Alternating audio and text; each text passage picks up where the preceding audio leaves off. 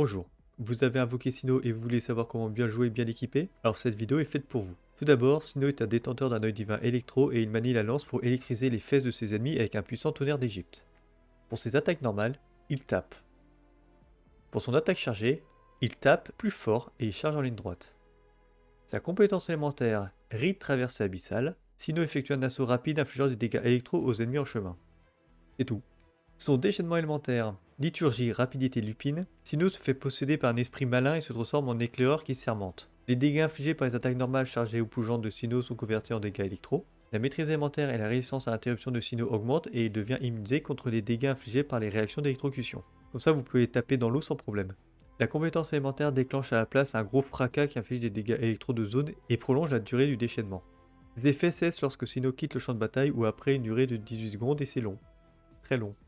Au niveau de ses passifs, jugement des plumes, lorsque Sino est sous déchaînement élémentaire et qu'il utilise sa compétence élémentaire, les dégâts infligés par la compétence augmentent de 35% et tire vers l'avant 3 éclairs de sable qui infligent des dégâts électro d'une valeur équivalente à 100% de son attaque. Son deuxième passif, autorité sur les 9 arcs, et pas ceux de Fontaine. Les dégâts de certaines attaques de Sino augmentent selon sa maîtrise élémentaire. Les dégâts de ses attaques normales sous déchaînement élémentaire augmentent d'une valeur équivalente à 150% de sa maîtrise élémentaire. Les dégâts des éclairs de sable de son premier passif augmentent d'une valeur équivalente à 250% de sa maîtrise élémentaire.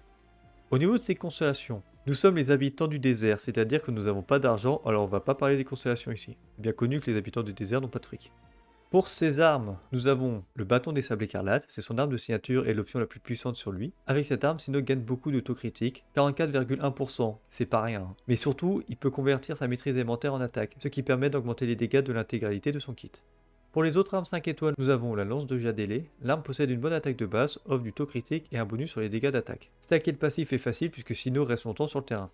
Le bâton de Homa. Généralement bon avec n'importe qui, cette arme donne un bon montant de dégâts critiques et permet d'avoir plus d'attaques en fonction des PV max. Pas si utile sur Sino, mais c'est bon à prendre. L'étouffeur des calamités. L'arme fournit un peu d'attaque et des dégâts élémentaires bonus. De plus, le passif fonctionnera plutôt bien sur lui. À utiliser si vous n'avez rien de mieux. Et la berge de la voûte d'azur, l'arme donne un petit bonus de taux critique et de vitesse d'attaque, et offre de la recharge d'énergie en statistique principale, vous permettant d'effectuer des déchaînements plus souvent. Pour ces armes 4 étoiles, nous avons la balade des fjords. C'est la meilleure lance 4 étoiles pour Sino, elle donne toutes les stats nécessaires, taux critique et maîtrise élémentaire. Comme Sino peut jouer dans une équipe exubérance qui comprend des personnages hydro et dendro, il recevra facilement le bonus de maîtrise élémentaire. Cependant pour les équipes mono-éléments, la lance est moins adaptée. Le Sion de la victoire, l'autre arme du Battle Pass qui apporte un bon montant de taux critique et de l'attaque grâce au passif de l'arme.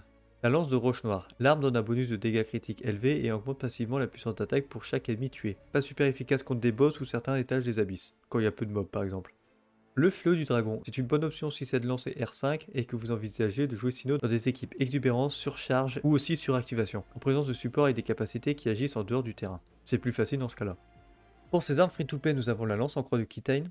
L'arme augmente la maîtrise élémentaire et les dégâts de la compétence, tout en réduisant ses besoins en recharge d'énergie. L'arme du vent saisonnier, si vous avez participé à l'event de la 3.1, l'arme augmente l'attaque et la maîtrise élémentaire, qui sont deux statistiques nécessaires à Sino. La lance prototype, elle peut être donnée à Sino pour son bonus de recharge d'énergie et aux attaques pendant et en dehors du déchaînement. Le perce-lune, c'est l'option la plus faible et vous aurez besoin d'une équipe composant des personnages Dendro pour pouvoir obtenir le passif de l'arme. La Pampi blanche, c'est une arme 3 étoiles donc le raffinement est facile à obtenir. L'arme apporte du taux critique en plus d'augmenter les dégâts des attaques normales qui constituent une grande partie des dégâts de Sino. Pour ces artefacts, nous avons le set Colère du tonnerre. Le set est particulièrement intéressant car il permet de réduire le temps de récupération de la compétence élémentaire en déclenchant des suractivations. Cela permet de passer une compétence élémentaire supplémentaire entre deux déchaînements. Ce set augmente également les dégâts de zone de Sino via sa compétence ainsi que sa recharge d'énergie, ce qui compense une de ses faiblesses.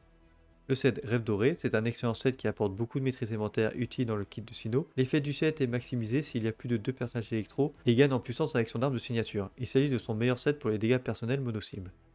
Le rideau du gladiateur, il permet d'augmenter les dégâts des attaques normales qui représentent la majorité des dégâts de Sino. C'est une option particulièrement puissante d'autant plus que le set s'obtient facilement via les boss. Ou alors vous pouvez faire un mix de sets, 2 pièces maîtrise élémentaire, 2 pièces électro, 2 pièces attaque et 2 pièces recharge d'énergie. Ces combinaisons de 2 pièces sont toutes viables et peuvent surpasser les ensembles 4 pièces et les joueurs ont de meilleures sources statistiques. Évidemment prenez les bonus 2 pièces qui vous intéressent le plus. Au niveau des statistiques à voir sur les artefacts, nous avons pour la fleur et la plume en stats secondaires de la recharge d'énergie, du taux critique, du dégât critique, de la maîtrise élémentaire et de l'attaque pour 100. La recharge d'énergie est très importante parce que Sino fera son max de dégâts pendant son déchaînement. Pour sablier, vous aurez le choix en stats principal entre de la maîtrise élémentaire et de l'attaque pour 100. Pour les stats secondaires, de la recharge d'énergie, toujours, maîtrise élémentaire ou attaque pour 100 en fonction de ce que vous avez pris en stats principal, et du critique. Pour la coupe, les dégâts électro, et en stats secondaires, toujours pareil, recharge d'énergie, le critique, la maîtrise et l'attaque. Et pour le diadème, pour la stat principale, vous aurez le choix entre du taux critique ou des dégâts critiques en fonction de ce qui vous manque pour l'équilibrage des stats critiques. Et puis les stats secondaires, du coup l'autre critique, la recharge, la maîtrise élémentaire et l'attaque %.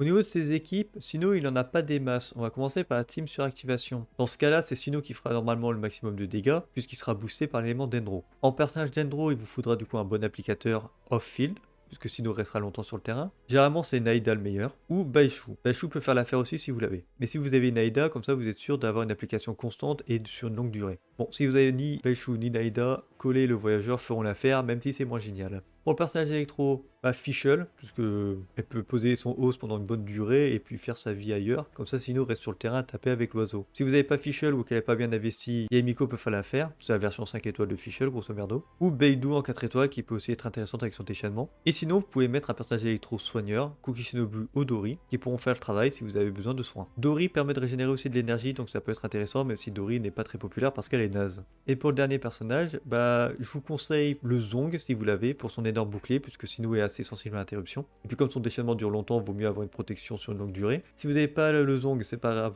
Kirara peut faire l'affaire, ou Baishu pour son bouclier, même s'il est moins ouf, vous pouvez au moins avoir de la résistance à l'interruption, ce qui est quand même pas mal. Ou si vous vous en foutez de la protection, du coup un personnage Anemo pour baisser la résistance élémentaire des ennemis. Kazuha, Sucrose, Venti, qui vous voulez, ou Jin pour le soin et Sayu.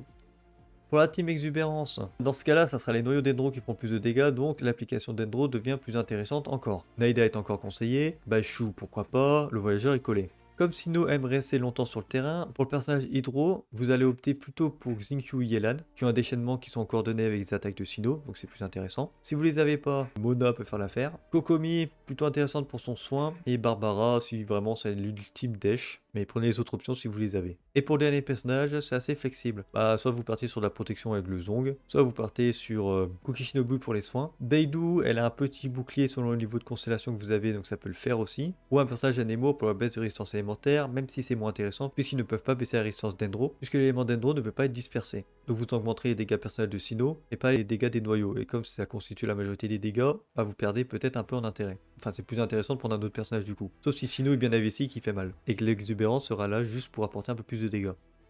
Et pour la dernière team, c'est une team que j'aime pas trop, parce que je trouve pas ça ouf la réaction, mais je la présente quand même. C'est la réaction d'électrocution. Donc c'est l'électro avec l'hydro. Pour le personnage électro, en dehors de Sino évidemment, nous aurons la traditionnelle Fischl, Yaimiko la version 5 étoiles, Beidou, Lisa et Kukishinobu. Kukishinobu pour le soin, Lisa avec le tome prototype, elle peut faire office d'healeuse, donc ça c'est pas mal. Pour le personnage hydro, c'est toujours Xingqiu Yelan, si vous les avez. Et sinon, une bonne applicatrice de zone quoi. Mona et Kokomi, et Barbara si c'est la dèche. Et le dernier personnage, le Zong, toujours de la protection, ou cette fois-ci un personnage Anemo pour faire des baisses de résistance élémentaire et du contrôle. Donc Kazuha, Sucrose et Jin qui sera là aussi. J'ai pas présenté Furina dans les teams, vous pouvez la mettre. Néanmoins, je trouve que Furina avec Sino c'est dangereux, surtout si vous n'avez pas de soigneur, parce que les invocations de Furina drainent les PV. Les PV drainés ne peuvent pas descendre en dessous de 50%. Mais si vous avez plus de soins et que Sino a 50% et qu'il lui reste encore 6 secondes de déchaînement, soit c'est dangereux et vous interrompez votre déchaînement, du coup vous perdez du DPS, pas ouf. Soit vous continuez, Sino se prend une grosse patate et du coup, à la fin du déchaînement parce qu'il est mort. Donc, je la trouve pas géniale du coup Furina là-dedans. Niveau praticité, je trouve que c'est pas génial. En grosso merdo, vous aurez besoin de Furina, obligatoirement un healer, et de la protection pour Sino. C'est pas ouf. Donc voilà, j'ai fait à peu près le tour. Furina n'est pas trop le pote de Sino. Au niveau de son apparence, j'aime bien son design, et c'est tout. Voilà. Qu'est-ce qu'il vaut? Je n'aime pas les personnages qui reposent sur leur déchaînement alimentaire pour faire des dégâts. Si vous n'avez pas la recharge d'énergie suffisante, vous vous retrouvez comme des cons à poireauter pour récupérer les dernières particules d'énergie. Vous perdez du temps et vous perdez surtout du DPS. Dans le monde ouvert, Sino est impraticable. Comme il fait des dégâts avec son déchaînement et que la plupart du temps, vous n'avez pas claqué un déchaînement pour 2 blobs. Pratique dans les abysses, mais pas pratique ailleurs. Et encore, dans les abysses, je suis pas sûr que ce soit le personnage électro qui fait le plus de dégâts. Il y a Raiden qui est bien plus forte que lui, donc c'est vrai qu'il perd un peu en intérêt. Après, c'est assez satisfaisant à le jouer, il a un bon design et ses animations sont stylées. Donc invoquez-le parce qu'il est BG et parce qu'il tape bien. Ouais.